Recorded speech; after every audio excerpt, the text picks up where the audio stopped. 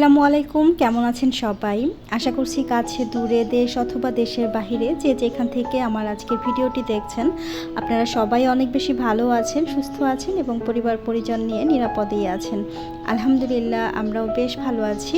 চলে এসেছি আরও একটি নতুন লাইফস্টাইল ভ্লগ ভিডিও নিয়ে। আশা করছি বরাবরের মতোই আমার আজকের ভিডিওটিও আপনাদের কাছে অনেক বেশি ভালো লাগবে। ভিডিওর শুরুতেই আপনাদের সাথে এই যে দেখতেই পাচ্ছেন কতগুলো কাপড় চোপড় দেখাচ্ছি।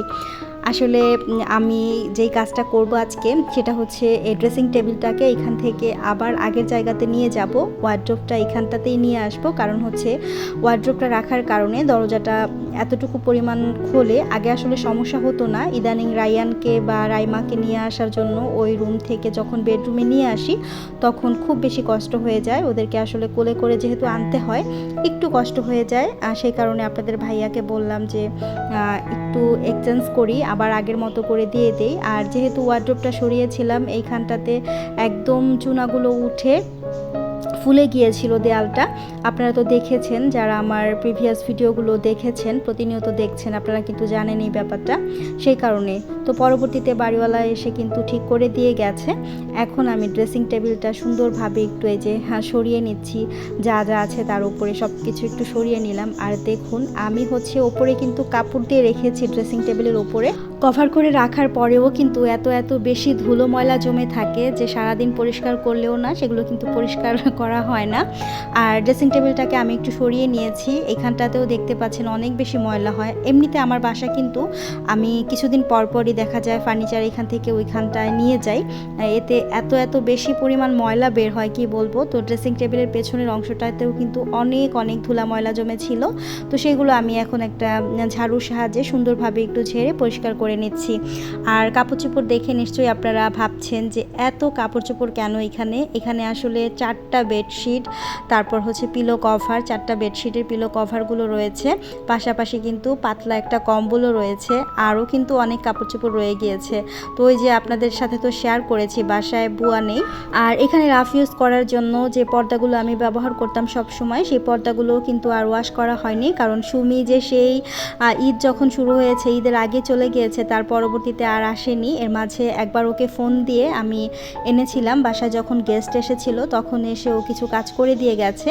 এমনিতে ওকে ফোন দিলে ও বলেছে আপা যখন দরকার হবে তখন ফোন দিয়ে আমি চলে আসব। তো একদিন কিন্তু আপনাদের ভাই আর আমি অনেকগুলো কাপড় চোপড় একসাথে নিয়ে তারপর ওয়াশ করে ফেলেছি। আজকেও ভাবলাম যে ঘরটাকে সুন্দরভাবে গুছিয়ে নেওয়ার পর এরপর কিছু কাপড় চোপড়ও ওয়াশ করে নেব, কারণ বেডশিটগুলো আসলে ওয়াশ না করলে আবার পরবর্তীতে বেছানোর সময় কিন্তু বেডশিট খুঁজে পাওয়া যাবে না। তো সে যাই হোক, আমি ড্রেসিং টেবিলটা কিন্তু সুন্দরভাবে একটু ঝাড়ু টাড়ু দিয়ে পরিষ্কার করে নিয়েছি। এখন এই সাইডের অংশটাকেও একটু সুন্দরভাবে ঝাড়ু দিয়ে ময়লাটাকে উঠিয়ে ফেলবো। আর সত্যি কথা বলতে এই কাজগুলোর সাথে আমি অতটা পরিচিত না, অতটা অভ্যস্ত না আমি এই কাজগুলো করে। এই কাজগুলো দেখা যায় সবসময় হেল্পিং হ্যান্ড দিয়ে করানো হয়। তো আমার এখন এমন অবস্থা হয়ে গেছে যে চ্যানেলের প্যারা থাকে মাথার মধ্যে, সবসময় কুকিং চ্যানেলের রান্নার রেসিপি দিতে হয়, তারপর হচ্ছে ব্লগিং চ্যানেলের জন্য ভিডিও শ্যুট করতে হয়, আর তার পাশাপাশি কিন্তু আবার সব আপুদের ভিডিওগুলো দেখতে হয়। আসলে সবার ভিডিওগুলো ইদানিং দেখতে পাচ্ছি না, আসলে ওইভাবে করে আমি একদমই সময় করে উঠতেও পারছি না। তো কি আর করার আছে, অনেকের ভিডিও দেখি, ছোট্ট একটা কমেন্ট করে আসি। অনেকেই হয়তো বা ভাবেন আপু কি এমন ব্যস্ত থাকে যে আপু আমাদের ভিডিও দেখে বড় একটা কমেন্ট করতে পারে না। সত্যি বলছি আপু, আমার ওইভাবে করে আমি সময় করেই উঠতে পারি না। তবে আপনাদের ভিডিও আমি সব সময় চেষ্টা করি, যাদের ভিডিওটাই আমি ক্লিক করি তার ভিডিও সম্পূর্ণ দেখার জন্য ট্রাই করি, সব সময়ের জন্যই। এটা আসলে আমি কি বলবো, আমি হয়তোবা ওই যে বললাম আমি একসাথে হয়তোবা 200, 250, 100, 150 ভিডিও দেখতে পারি না, ওইভাবে করে পারি না। কিন্তু যে কয়টা ভিডিও আমার দেখা হয় আমি চেষ্টা করি সম্পূর্ণ ভিডিওটা দেখে ফুল ওয়াচটা দেওয়ার জন্য, আর সেই সাথে একটা লাইক দিয়ে দেই, এটা আমি কখনোই ভুল করি না। পাশাপাশি ছোট্ট একটা কমেন্ট করে দেই। আমি জানি আমার প্রিয় ভিউয়ার্স যারা আছেন, আমার ভালোবাসার প্রিয় আপুরা, এই ব্যাপারটা আপনারা অন্তত জানেন সবাই যে আমি আসলে কিসের মধ্যে দিয়ে দিন পার করছি। হেল্পিং হ্যান্ড যেহেতু নাই বাসায়, এখন কিন্তু পুরো কাজের প্রেশারটাই আমার উপরে একদম এসে পড়েছে। তো আমি সেই জন্য আপনাদের কাছে আন্তরিকভাবে দুঃখিত, কারণ আমি আপনাদেরকে ওইভাবে করে সময়টা দিতে পারছি না। আর এই ব্যাপারটা তো চিরন্তন সত্য কথা যে নিজের ভালো পাগলেও বোঝে। আমি তো বুঝি আপনাদের সবাইকে সাপোর্ট দিলে আমি আবার সেই সাপোর্টটা ব্যাক পাই, আমার কাছে আমি আবার ফেরত পাই। তো এটাতে তো আমার জন্যই অনেক বেশি ভালো হয়, কারণ আপনারা সবাই আমাকে আবার সাপোর্টটা করে থাকেন। তো সেই ক্ষেত্রে কেন আমি আমার ভালোটুকু বুঝবো না বলুন তো? আসলে ওইভাবে করে সময় করে উঠতে পারলে অবশ্যই আমি আপনাদেরকে সময় দিতাম, আপনাদের সবার ভিডিওগুলো আমি দেখে আসতাম। তো সে যাই হোক, আসলে সময় তো সব সময় একরকম যায় না। আবার হয়তোবা সেই দিনগুলো ফিরে আসবে, আবার হয়তোবা আমার ব্যস্ততাও কমে যাবে। তখন হয়তোবা আবার আপনাদের সবাইকে আমি সুন্দরভাবে সাপোর্ট দেব, আপনাদের সবার ভিডিওগুলো ওইভাবে করে দেখব। তবে মাঝে মাঝে যখন একটু ফ্রি থাকি, কাজের প্রেশারটা একটু কম থাকে, তখন হয়তো বা চেষ্টা করি যার ভিডিওটাই দেখি তার ভিডিওটা দেখে সুন্দর গঠনমূলক একটা কমেন্ট করার জন্য। তো যাই হোক, আপনাদের সাথে গল্প করতে করতে কথা বলতে বলতে আমি কিন্তু সুন্দরভাবে সব কিছু গুছিয়ে নিয়েছি। এই যে দেখতেই পাচ্ছেন, ওয়ার্ড্রোবটা কিন্তু জায়গা মতো আবার যেখানে ছিল সেইখানটাতে রেখে দিয়েছি।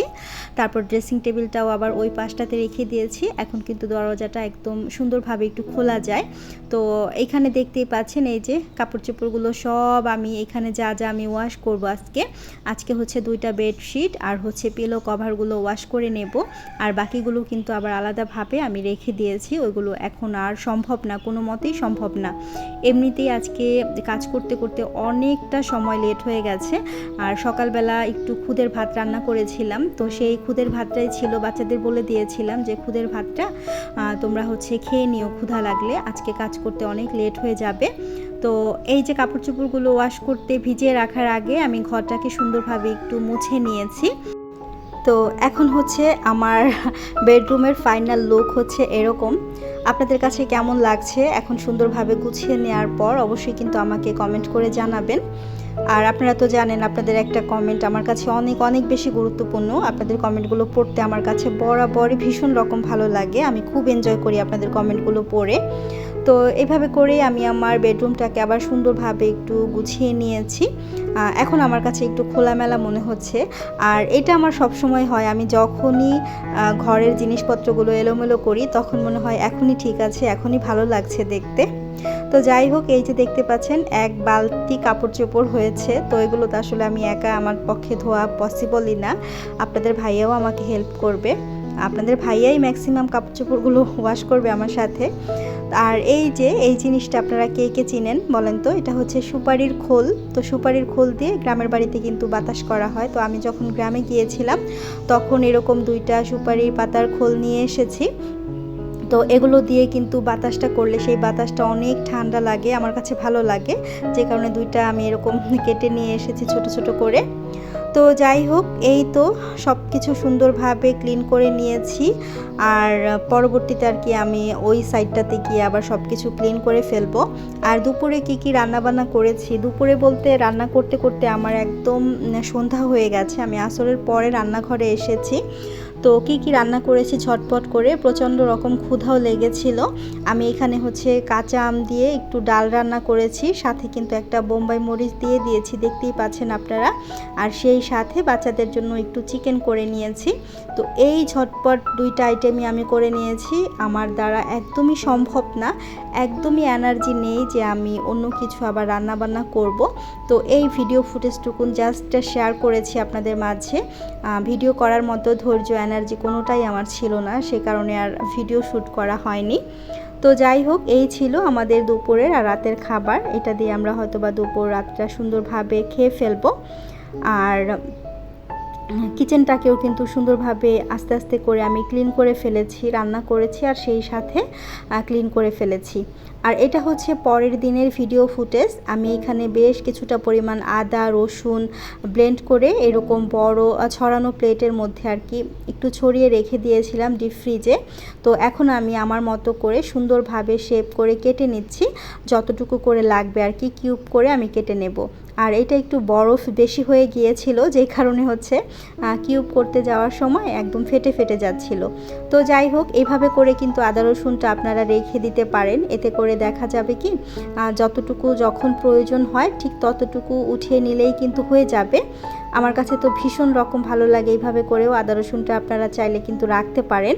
তো রসুনটাও আমি রেখে দিয়েছিলাম। তো আদার চাইতে রসুনটা বরফটা একটু কম জমেছে।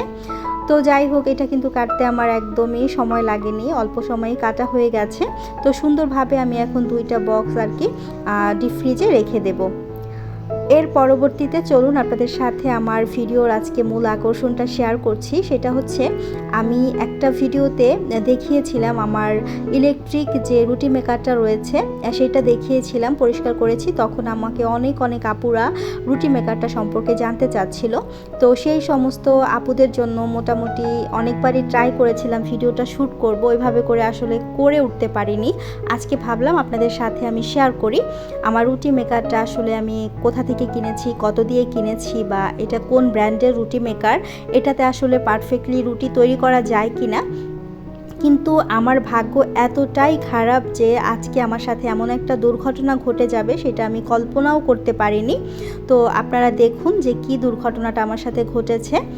তো রুটি মেকারে রুটি তৈরি করার জন্য আমি এখানে হচ্ছে আটা সেদ্ধ করে নিয়েছি। আজকে আমি দুই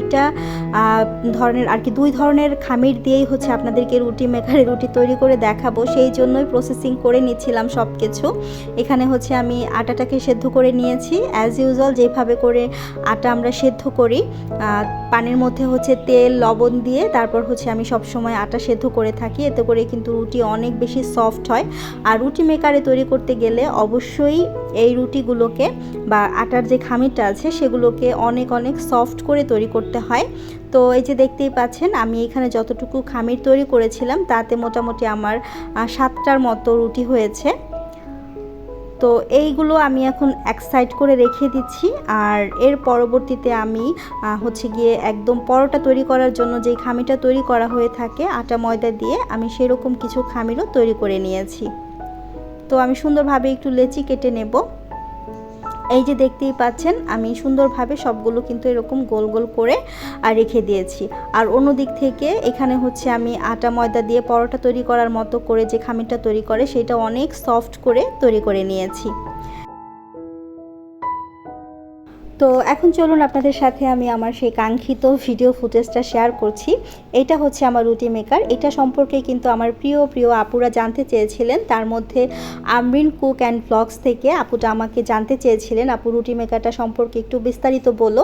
এটা হচ্ছে মিয়াকো ব্র্যান্ডের একটা রুটি মেকার। এটাতে কিন্তু 8.5 ইঞ্চি রুটি তৈরি করা যাবে, ওইটাই কিন্তু লেখা ছিল উপরে। আর পুরোটাই দেখতে পাচ্ছেন মার্বেল কোট করা।